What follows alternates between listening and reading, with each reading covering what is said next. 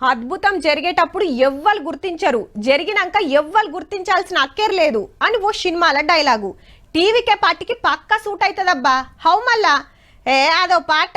అటు డిఎంకే ఇటు అన్నా డిఎంకే ఉండంగా నడుమిట్లా ఇంకోళ్ళు నెగులుతారా? మేకప్ వేసుకున్నంత ఈజీ కాదు రాజకీయం చేసుడంటే అని ఎన్నో అన్నరులా విజయ్ సార్ గురించి. అంతెందుకు ఓట్లు పడ్డాక సర్వేలో కూడా ఒక్కలు తప్పితే అందరు షిత్తులా ఓడిపోతుంది అన్నోళ్ళే. కానీ ఏమైంది? అద్భుతం అద్భుతం జరిగింది. తమిళనాడు రాజకీయ చరిత్రను మార్చే మహా అద్భుతం జరిగింది. ఇటు గవర్నర్ గారిని కలిసిండు, అటు ప్రమాణ స్వీకారానికి ఏర్పాట్లు నడుస్తున్నాయి. కాకుంటే విజయ్ సారు సీఎం అయ్యేది ఎప్పుడు అనేది క్లారిటీ లేకుంటుంది. ఎందుకంటే రూల్స్ ప్రకారం 118 మంది ఎమ్మెల్యేలు ఉండాల్సి ఉండే, 10 మంది తక్కువ ఉన్నారు. అయితే 5గురి తోటి కాంగ్రెస్ పార్టీ హిమ్మత్ ఇచ్చింది. ఢిల్లీకి వెళ్లి రాహుల్ గాంధీ సార్ కూడా ఫోన్ చేస్తే నేను సీఎం అయితున్నా తప్పకుండా రావాలని పిలిచిండట. ఇంకో 5గురు ఎమ్మెల్యేలు అక్కరపడ్డారు. 4 సీట్లు గెలిచిన కామ్రేడ్లు, 2 సీట్లు గెలిచిన ముస్లిం లీగ్ టీవీకే తోటి సోపతి చేసే ముచ్చట్నే లేదని కరాఖండిగా చెప్పినాయి. 2 ఎమ్మెల్యేలున్న వీసీకే ఇంకేం చెప్పలే.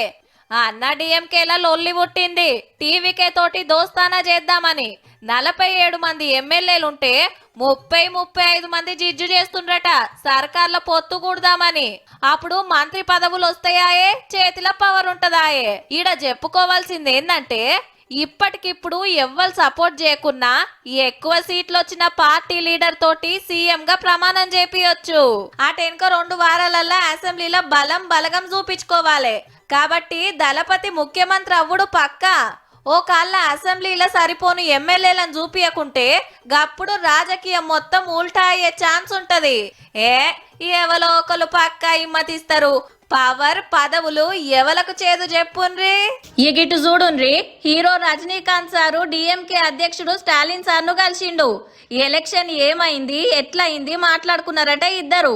అయితే కాంగ్రెస్ పార్టీ డిఎంకే నిడిసబెట్టి టీవీకే సర్కార్లో చేరినందుకు గరం మీద ఉన్నాడట స్టాలిన్ సారు.